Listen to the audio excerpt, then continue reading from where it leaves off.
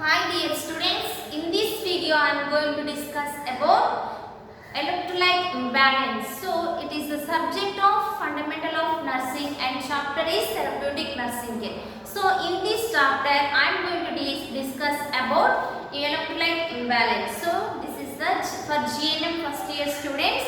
So if the patient is having electrolyte imbalance, so what is the condition of the patient? So such type of condition, how they are going to treat and how they are going to replace those electrolytes in the body. So that thing now I am going to explain. So already we have seen in previous classes few electrolytes, part of the electrolytes, if it is imbalance, how they are going to replace and what is the condition and how they are going to treat that condition. So we have seen that. Now I am going to explain about hypophosphatemia. So I am going to discuss about hypophosphatemia. So we have seen that in electrolytes, the phosphate also one type of electrolytes in the body. So if the electrolytes, if the phosphate levels are decreased in the body, what will happen to the patient? So hypophosphatemia. So what is mean by hypophosphatemia? It is nothing but there is a decrease in the phosphate levels in the body. It is known as hypophosphatemia. So it is nothing but there is a decrease in the levels of phosphate in the body. So it is known as hypophosphatemia. So what is the normal range of phosphate levels? That is 2.5 to 4.5 mg per dl. So if it is below 2.5, it is known as hypophosphatemia. So this is the meaning of hypophosphatemia. And next we will say what are the causes it leads to this hypophosphatemia. So if the patient is having alcohol use disorder, so if the patient is addicted for alcoholism, so there is a chance to decrease the phosphate levels in the body. And next thing is burns. So the burns patient. So in the burns patients also there is a decreasing the phosphorus levels. And next thing is diuretic uses. So if they are using any diuretics, there is a chance to decrease the phosphorus levels in the body. So dear students, we have seen the causes of phosphorus. If the patient is having alcohol use of disorder, if they are addicted for alcohol, there is a chance to decrease the phosphorus levels in the body. And next thing is burns, who is having burns. So such type of patients, there is a chance to decrease the phosphorus levels in the body. And next thing is diuretic uses. If they are using any diuretics, so such type of patient also there is a chance to decrease the phosphorus levels in the body. So these are the causes of hypophosphatemia. So next we will see clinical manifestation. So which type of clinical manifestations may be present in these kind of patients? So first thing is there is a presence of heart failure. So there is a presence of heart failure. And next thing is respiratory failure. So there is a presence of heart failure and presence of respiratory failure. And next thing is muscle weakness and seizures. So these kind of clinical manifestations we can see in such type of patient, that is hypophosphatemia. So clinical manifestations are heart failure, respiratory failure, muscle weakness and seizures. So these kind of clinical manifestations we can see in hypophosphatemia condition. So such type of patient, which type of laboratory findings they will advise? So they will advise serum potassium level. Serum phosphate levels. So to identify the phosphate levels, they will advise the blood investigation for phosphate. So identify the value of phosphate. So whether it is decreased or increased, and they will go for ECG. Okay, now to identify heart function, we have seen in clinical manifestation there is a chance to get heart failure also. So they will take ECG also, echocardiogram, to identify the heart function. And next thing is so these are the laboratory findings they can identify in this condition of the patient. And next thing is, as a nurse, how she is going to treat such type of condition. So first thing is she has to assess the clinical manifestation. According to that clinical manifestation, she has to see the condition of the patient. She should give the care to such type of condition. And next thing is she should monitor vitals to identify the abnormalities of the vitals, whether the blood pressure is normal or not, whether it is increased or decreased, whether the temperature is increased or decreased, whether the pulse rate is increased or decreased, whether the respiration rate increased or decreased, and oxygen levels are increased or decreased. These things the nurse has to assess by checking vitals. And next thing is, according to the physician order, she should administer the medication to improve the phosphorus levels to the patient. So before administering this phosphorus medication, she should see the correct patient, correct time, correct drug, and right drug, right patient, right time, right dose. These things the nurse has to follow when she is going to administer the medication before administering the medication.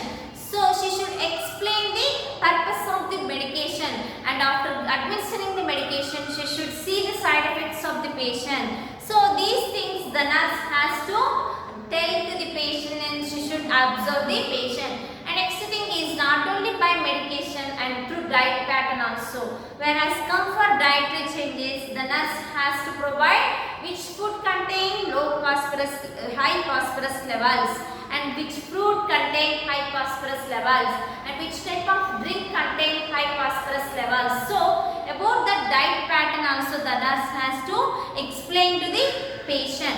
So if they are not clear by this explanation, the nurse should provide health education regarding the dietary changes. So these things the nurse should follow. And next thing is, the patient may have regarding this condition fear and anxiety. So in order to prevent that fear and anxiety, as a nurse she should provide the health education and the nature of illness. So the patient, what is the condition of the patient and how many days it will take to become cured. So everything the nurse has to explain by providing health education and to prevent fear and anxiety and to clear out their problems. And she should provide psychological support also. So these are the things we can see in nursing intervention. So how the nurse is going to give the care such type of patient.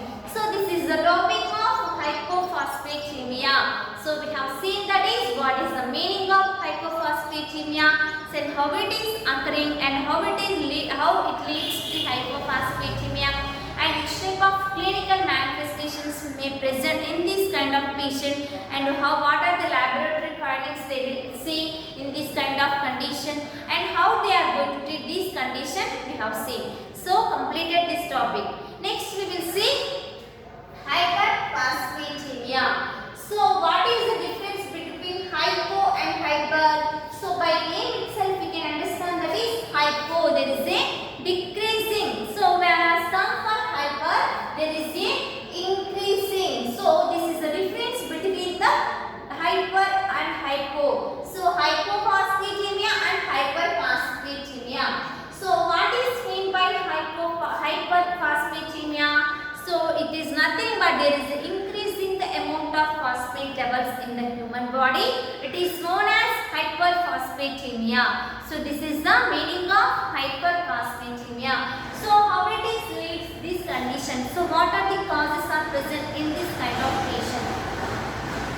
So when phosphate shifts out of the cell into the extracellular fluid. So when the phosphate levels are shifted out of the cell into the extracellular fluid. So how it is shifting and at what stage it is shifting? So due to tissue trauma or chemotherapy. So there is a shifting, there is a chance of shifting of the phosphate levels into the extracellular fluid from the out of the cell. So which type of condition? Due to tissue trauma or chemotherapy for malignant tumors. So when the patient is having such type of condition, tissue trauma or chemotherapy, for what purpose of giving the chemotherapy? For malignant tumors. To treat these malignant tumors, they are going to give chemotherapy. So at that time there is a chance to increasing the phosphate levels in the body. So these are the causes that leads to the hyperphosphatemia. And next thing is we will see what is the clinical manifestation and which type of clinical manifestations are present in this kind of patient. So there is a presence of numbness around the mouth, and next thing is muscle spasm and nausea and vomiting and weakness and restlessness are present in this kind of patient. So we have seen that what are the clinical manifestations are present in this kind of patient. And next thing is, after seeing this clinical manifestation, which type of laboratory findings they will do. So they will see the phosphorus levels. So they will advise phosphorus levels in the blood. So to identify the phosphorus levels, they will go for blood investigation to identify the phosphorus levels, whether it is decreased or increased. The thing they will see. And next thing is, after the complete laboratory findings, next thing is nursing intervention. So as a nurse, how she is going to treat such type of conditions? So the nurse should assess the clinical manifestation. First thing is, the nurse has to assess the clinical manifestation so that the nurse can give care easily. So first thing is, she should assess the clinical manifestation, which type of clinical manifestations are present. So that thing the nurse has to assess. And next thing is, she should monitor the vitals, whether the vitals are normal or abnormal. So that purpose the nurse has to monitor the vitals. And next thing is, she should, according to the physician order, she should administer the medication to decrease the phosphorus levels in the body. So before administering, she should follow the she should observe the patient condition and right patient and right drug and right time, right dose, everything she should follow. So before administering the medication, she should explain the purpose of medication, and after administering the medication also she should see any side effects are present or not. That thing the nurse has to follow. And next thing is the about dietary changes. So which type of food contain low phosphorus levels and which type of fruits contain low phosphorus levels. So that thing about diet pattern also the nurse has to provide health education regarding the diet pattern. So the patient may have fear and anxiety. So in order to prevent that fear and anxiety, she should provide health education to prevent fear and anxiety, and she should provide psychological support also. So these things we can see in nursing care. So next thing is, we have discussed till now hyperphosphatemia. So what is the meaning of hyperphosphatemia, and what is the difference between hyper and hypo, and what is the normal range of phosphate levels, and how it is lead. So what is the condition it leads to the hyperphosphatemia. We have seen the causes and what are the clinical manifestations are present. So in such type of condition. So in such type of condition, what are the laboratory findings? So which one they are going to see. And next thing is nursing intervention. As a nurse, how she is going to treat such type of condition. So that thing now we have seen. So completed this topic. Thank you.